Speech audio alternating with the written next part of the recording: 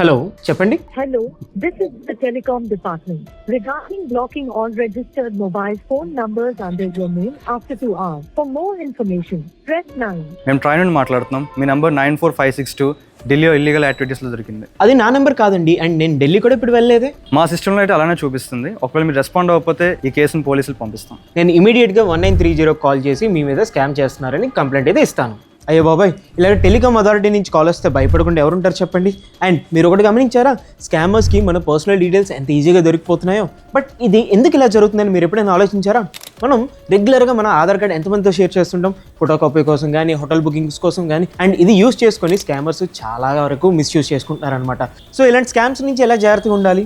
First ఏంటంటే, మనకి ఏమైనా అన్నోన్ నెంబర్స్ కానీ లేదంటే డిఫరెంట్ కంట్రీ కోడ్స్ నుంచి మీకు కాల్ వస్తూ సింపుల్గా ఇగ్నోర్ చేయడానికి ట్రై చేయండి. సెకండ్ థింగ్ ఏంటంటే, వాళ్ళు భయపడితే మీరు భయపడకూడదు. మీకు వాళ్ళు భయపడితే మీరు ఇమ్మీడియట్గా రియల్ ట్రై ఉంటుంది కదా, వాళ్ళకి కాల్ చేసి వెరిఫై చేసుకోండి.